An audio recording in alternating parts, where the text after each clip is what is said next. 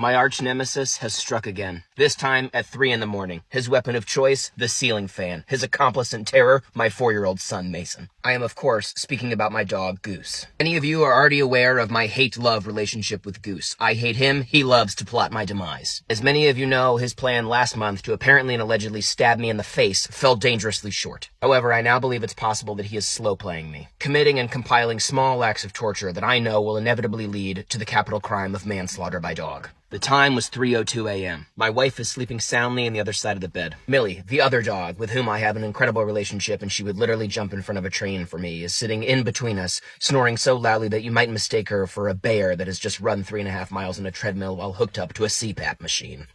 And that is when I hear it. The unmistakable yet seemingly impossible sound of small shards of plastic ricocheting around our bedroom, bouncing off walls and furniture at ungodly speeds. This point is now approximately 3:03 a.m., and I am convinced by the cacophonous noises of plastic that this is indeed the end of Dylan. And then immediately after that thought, I hear my wife yell next to me, "My eye!" Followed shortly amid the confusion of her turning her body towards me, reaching over the dog with sleep apnea who just finished exercising, and punching me in the face as I yelled, "My eye!" She then screams, "What is happening right now?"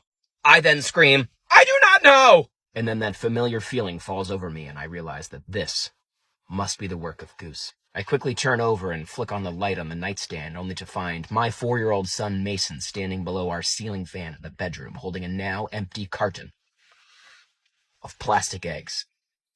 He had thrown every single one of them at 3 in the morning, straight into the ceiling fan, only for them to crack apart and spread throughout the room. And standing next to him, looking at me dead in the eyes like a stone-cold puppeteer, was none other than Goose. At breakfast this morning, I asked Mason what made him unleash an egg tornado in our room. He said that Goose came into his room at 3 a.m. and woke him up, so he thought it was morning time. He felt terrible for the egg-nado, but I know the truth.